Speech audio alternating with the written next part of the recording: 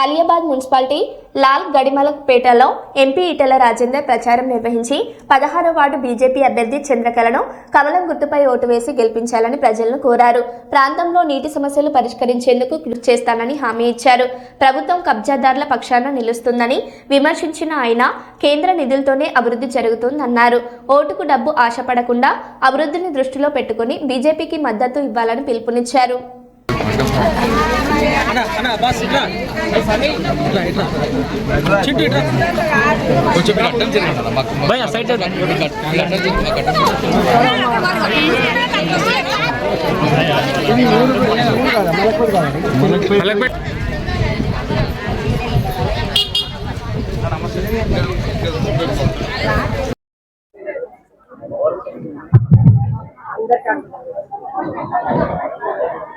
Church colony church కాలనీనా Anandnagar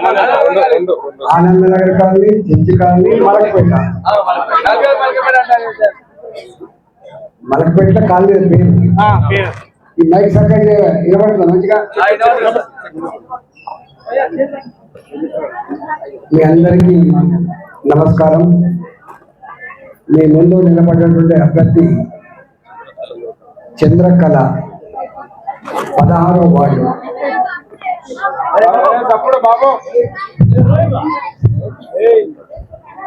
jeep దియా అని చెప్పా, జీప్ వద్దని చెప్పి పక్కనే ఉంటా. సంవత్సరంన్నర అయితే అది గెలిపించినారు. మరి ఎంపీ ఎక్కడ ఉన్నాడు, ఏం చేస్తాడు, మరి మనకైనా అక్కడికి వస్తాడా లేదా ఇప్పుడు వస్తాడా? వస్తున్నారా? ఇప్పుడు చిట్టిచ్చిండ్రు. నీళ్ళ సమస్య ఉంది, డైరీ సమస్య ఉంది, ఈ సమస్య ఉందని చిట్టిచ్చింది. కానీ మనకి సమస్య ఉందని రావాలి కదా ఎవరైనా ఒకరు. నేను షామిరిపేటలో ఉంటా. నేను ఎక్కడ ఉంటా? షామిరిపేట రింగ్ రోడ్ పక్కకే ఉంటా. నా ఇల్లు అది. మలకపేట కూడా ఉంటుంది కొద్ది రోజులు. మలకపేటలో ఆలియాబాద్లో ఆ కృష్ణాది తోటల పాము నాదే ఉండే. అప్పుడు మలకపేట ఉన్నా, షామిరిపేట ఉన్నా, ఆలియాబాద్ ఉన్నా. నేనేమంటున్నా, కొత్త మున్సిపాలిటీ ఇప్పుడిప్పుడే ఇంకా డెవలప్ కావాలని కోరుకుంటారు. గ్రామాల కంటే మున్సిపాలిటీ మంచిగా ఉండాలి. మరి కొత్త మున్సిపాలిటీ వచ్చింది. బీఆర్ఎస్ వాళ్ళు వస్తారు మీ దగ్గరికి, కాంగ్రెస్ వాళ్ళు వస్తారు, మేము వచ్చినాం. ఎవరు మనోడు, ఎవరు మండోడు, ఎవరు చేసేవాడు, ఎవరు తప్పించుకుంటాడు, ఇవన్నీ తర్కించుకునే బాధ్యత మీ మీద ఉంటుంది. గుర్తుపెట్టుకోండి. నాకు మొన్న నీ గ్రామానికి రాకపోయినా, గల్లీకి రాకపోయినా, అరే ఈటల సార్ వచ్చింది పాపం, కొట్లాడిన బిడ్డ, తెలంగాణ కోసం కొట్లాడిన బిడ్డ, ఆర్థిక మంత్రిగా పనిచేసిండు, కరోనా అప్పుడు అందరినీ బతికించిన మంత్రిగా పనిచేసిండు. అందుకని ఆయన వచ్చిండు, లేఖరికి వచ్చిండు, కాపాడుకోవాలని చెప్పి గెలిపిస్తే 4 లక్షల మెజార్టీ ఇచ్చి గెలిపించింది. నేను సెల్ ఫోన్లలో ప్రచారం చేసుకుంటాను కాదు,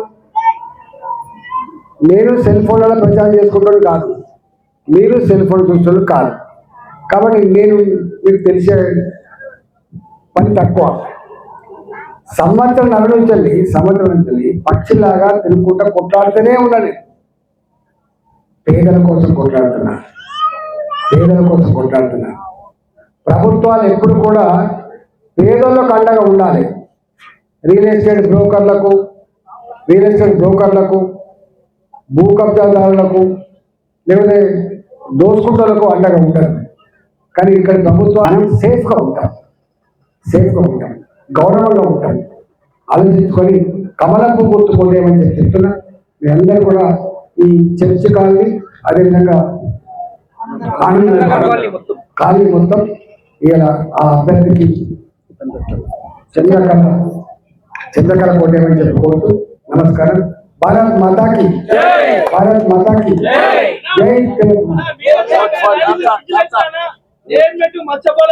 50 సంవత్సరాలు కానీ అందరి బిడ్డలు మీరు వచ్చినాక అవుతున్నానా? నాయకత్వం